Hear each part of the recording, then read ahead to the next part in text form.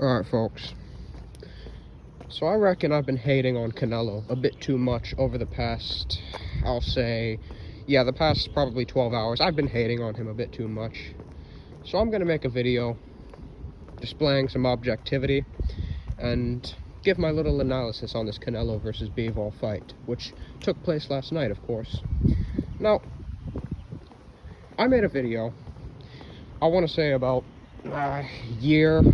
almost a year ago, back in like July, August, called Dmitry Bivol, Eddie Hearn's Sacrificial Lamb and Pawn, effectively detailing my opinion that Dmitry Bivol was effectively being used as a sacrificial lamb for Eddie Hearn to be maneuvered as potentially either a sacrificial lamb for Canelo, not in terms of a scripted or fixed fight, but him potentially being compromised, as at the time they were discussing a fight in which he would be competing with only a 6-week training camp and would have to go down to 168.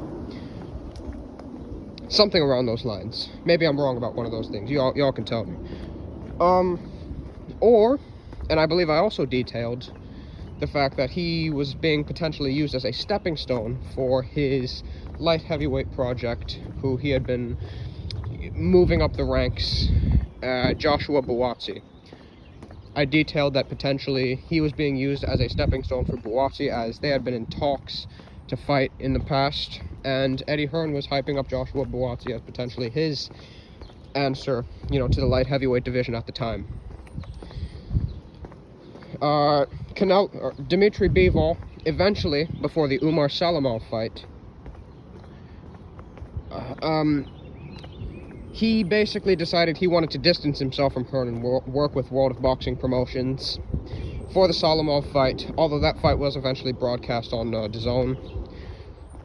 And he's gotten back with Matchroom, and now that he's gotten back with Matchroom, and to Canelo's credit, I want to make this very clear, I give Canelo a lot of credit, because he took a risk against one of the better pound-for-pound skilled fighters in the world at 175, and ultimately Bivol is bigger than Canelo by an exaggerated amount. People were trying to make out that Dmitry Bivol was some type of like Goliath figure, that he was just this monster who was going to be outweighing Canelo by like 20 pounds, which is a bit of a false narrative, considering that Bivol really only rehydrates about 6-7 pounds, and Canelo rehydrated around that same mark, except Bivol came in about 6 pounds heavier, according to the numbers that I saw on Twitter, allegedly. But I believe them, because they're consistent with what is usually the case anyways. Well, Bivol had a full camp. He had no catch weights, no rehydration clauses apparently. So really there was no excuse for him in this fight. And I felt he was going to win the fight, with the only caveat being maybe the lights get too bright for him. And maybe he folds up in the moment. Maybe he gets intimidated like some of Canelo's previous opponents, like a Saunders or a Plant, who showed him a lot of respect. And that is not what happened. And Bivol turned up and did not disappoint. He pimp-slapped Canelo, whooped his ass all over the ring. I mean, it wasn't even like a thing where he just outboxed him, turned him around, and made him look silly. He got physical near the end of the fight, and was hurting Canelo numerous times. Canelo looked lost. He showed his deficiencies in regards to how to cut the ring off, how to keep an opponent near the ropes, as he was allowing Bivol to get his work off. He clearly respected Bivol's power, as he couldn't keep him on the ropes, and whenever Bivol fought him off the ropes, he was giving him space. And from about the 5th round onwards, in which Canelo fatigued, he wasn't really unleashing many combinations. He wasn't unleashing combinations, period, during the fight, but especially from that point forward, he was reducing his volume to the body. I mean, it got pretty ugly. The judges' scorecards were, I'd say disgusting, but it's just, you can't really be disgusted. It's par for the course. It's a Canelo fight. I mean, people can say that it's a cliche that you have to win 3-4 rounds against Canelo in order to win a decision against him. It's a cliche. You gotta win 4 rounds or you gotta win 8-9 rounds to get a draw. But it's literally the case, man.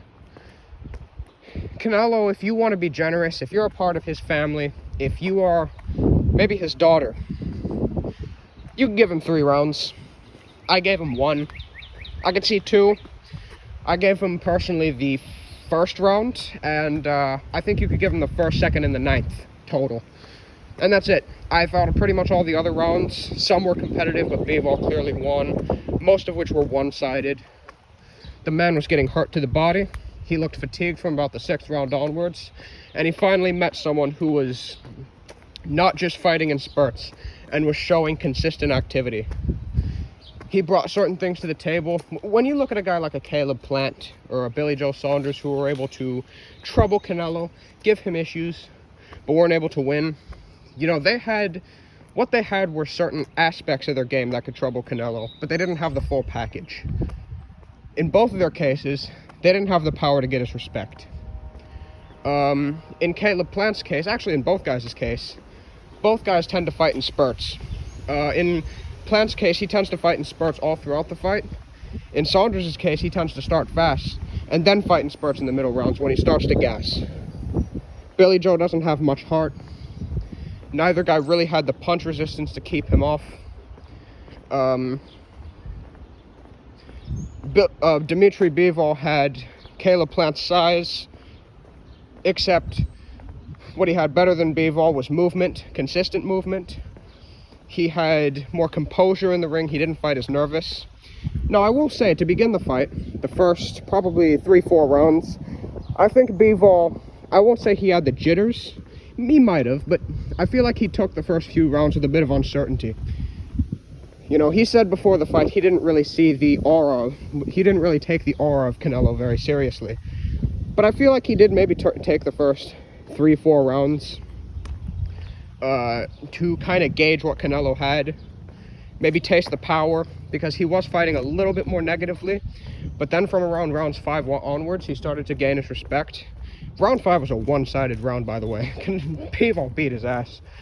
And from that point forward, he gained his respect. Canelo made a bit of an adjustment in round 9, starting to pluck down on that high guard and charge after him. But that was... Bivol adjusted, started attacking back, started actually getting Canelo inside, started pushing him back, started landing shots, mixing the uppercut in, and it just got ugly the last 3 rounds. He was hurting him. Canelo in the 12th round, he didn't really make much of a rally, and Eddie Reynoso was pretty much at a loss for what really to tell him. I mean, he didn't give him any type of technical advice in those last few rounds, which I guess would suggest to me, and he's someone who does, you know, try to be a bit of a motivator in fighters' corners, but this fight, similarly to the Valdez versus Shakur fight, he realized, I believe, that his fighter didn't really have any answers for what his opponent was giving him. So he was sticking to, you know, ganarse cabron, and shit like that.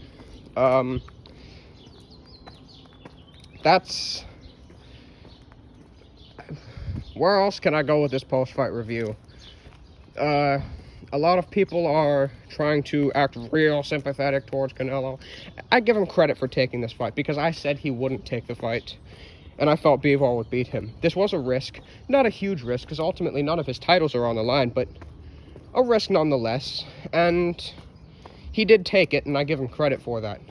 But people acting like this is some type of fight that none of the greats had ever... Look, Tommy Hearn started his career off at 147, is an extremely lanky figure who had been knocked out at those weights. He moved up and completely outboxed and schooled Virgil Hill. I mean, is that not a tall task? Is that not a task that's, I mean, at least similar to a certain extent to this? Because Canelo, look, put it like this, he's not really that much smaller than Dmitry Bivol. He's only being outweighed by him by about 5-6 pounds on fight night. But people are acting like this is some type of just monumentous task that nobody's ever seen before. Just give Bivol his credit. And also recognize that while Canelo may have a great resume, he's got a lot of very, very good fighters on his record. You know, a great fighter, I suppose, in Triple G, but while he has a lot of very good fighters on his record, he has his limitations in regards to his ability. He's not an unbeatable fighter at all. And the people suggesting that he should have moved up and fought Usyk or fought at cruiserweight. Honestly, I don't want to say this because I might get arrested, but you know, I got certain explicit things to say because that's just a delusional way of thinking. It's deplorable. So I hope people realize now what Canelo's limitations are. He's a great fighter, and I'm not taking anything away from him, but he has slow feet. He doesn't have the best of stamina, and I think he's finally started to fight a guy who isn't really enraptured by the Canelo aura. Billy Joe really wasn't, but then he got hit, and his heart just sank legitimately. He didn't show any heart. He basically just quit as soon as he got touched. And the fight was really not exactly dominant. He wasn't really having it all his own way either, because he wasn't really able to land anything significant enough. And Caleb Plant, you know, while these guys at 168 are very good champions, they're decent champions. They're not exactly elite fighters. Nobody at 168 besides Canelo is elite. And Dmitry Bivol is. So how much credit should we really attribute to Canelo? Obviously, give him a lot of credit for becoming undisputed, but that wasn't really the most difficult run. So these guys who are keeping Canelo right in that top three, even after this, after getting beat down in a division, just one division above what is supposedly, according to the narrative, supposed to be the peak of Canelo's powers at 168, only moving up one division and just getting pimp slapped the way he did, people still putting him, you know, top three pound for pound and above Inoue and Crawford. I don't get it, man. When you evaluate the guys he beat at 168, are they better than a Sean Porter? I don't know, man. So, look, I give him credit for his achievements. He's achieved a lot in the sport, and he is a first ballot Hall of Famer. And in terms of achievements, he's the best fighter in the world. But in terms of skill set and pound for pound, what he can do in the ring, I don't consider him better than Usyk. I don't consider him better than Inoue. You saw the proof of how he performed against Bivol. And would I really consider him a better fighter than, say, a Crawford? I said Usyk and Inoue. I don't remember if I said Crawford, but even though it's close, I'd personally lean Crawford over him. You know, once again, I give him a lot of credit for his achievements, but in terms of technical ability, I feel like people are really jumping the gun on him. I feel like he would have had a much tougher time around that 168 division back in, say, the Super 6 era. I feel Ward would have beaten him. I feel Froch would have given him a tough fight. You go back to, say, the days of Mike McCallum and James Toney, Roy Jones. I certainly don't see him beating a Roy Jones. You know, that's just my personal opinion. So, you know, give him a lot of credit. He has a high volume of achievements. And if you want to go by an achievements list, yeah, he's number one right now. But I think to an extent he's capitalized on the fact that there's really no elite fighters around that 168 division. And when he is fighting elite fighters, he really doesn't separate himself. And that's just the way I see it personally. Congratulations to Bivol. I'm glad he's proven himself on the stage. He's one of the better skill sets in the sport, and personally, I'd have him probably lower end of my top 10 pound for pound. So have a good one.